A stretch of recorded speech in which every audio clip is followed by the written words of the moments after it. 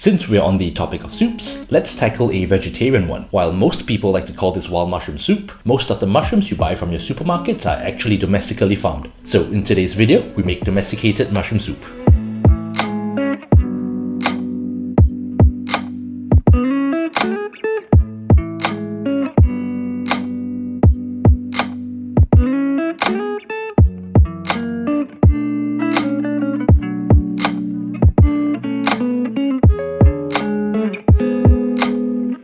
Begin by preparing 1 kilogram of assorted mushrooms. What I'm using here is a mix of brown buttons, shiitake, portobello and enoki mushrooms. Clean them and find a way to turn them into smaller pieces. Once again, you can wash your mushrooms. You can slice or quarter them, or be lazy like me and use a blender. Since you're going to have to blend it eventually, it really doesn't matter how the mushrooms look when you toss them into your blender bowl. I usually blend it to almost a paste, fine enough to use as it would sell. The smaller the bits are, the faster it cooks.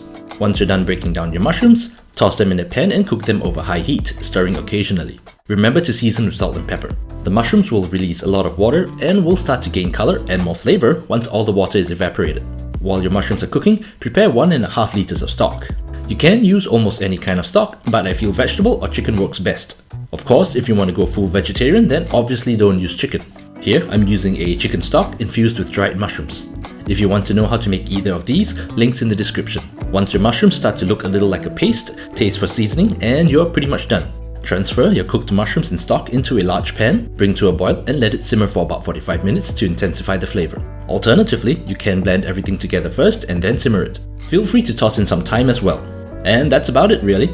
Serve it with some freshly ground black pepper, a drizzle of cream and maybe a knob of butter. And there you have it, how to make domesticated mushroom soup. If you want your soup to be a bit thinner, then just add a bit more stock. Also, if you don't have a blender, then chop up your mushrooms really finely before cooking them. And lastly, feel free to cook some larger pieces of mushrooms to use as garnish or to add extra texture to your soup. But that's all for today. If you enjoyed the video or learned something new, remember to like and subscribe and to share the video because it really helps the channel. Also, if you try the recipe, let me know in the comments down below. But for now, I'll say thank you so much for watching and I'll see you all in the next video.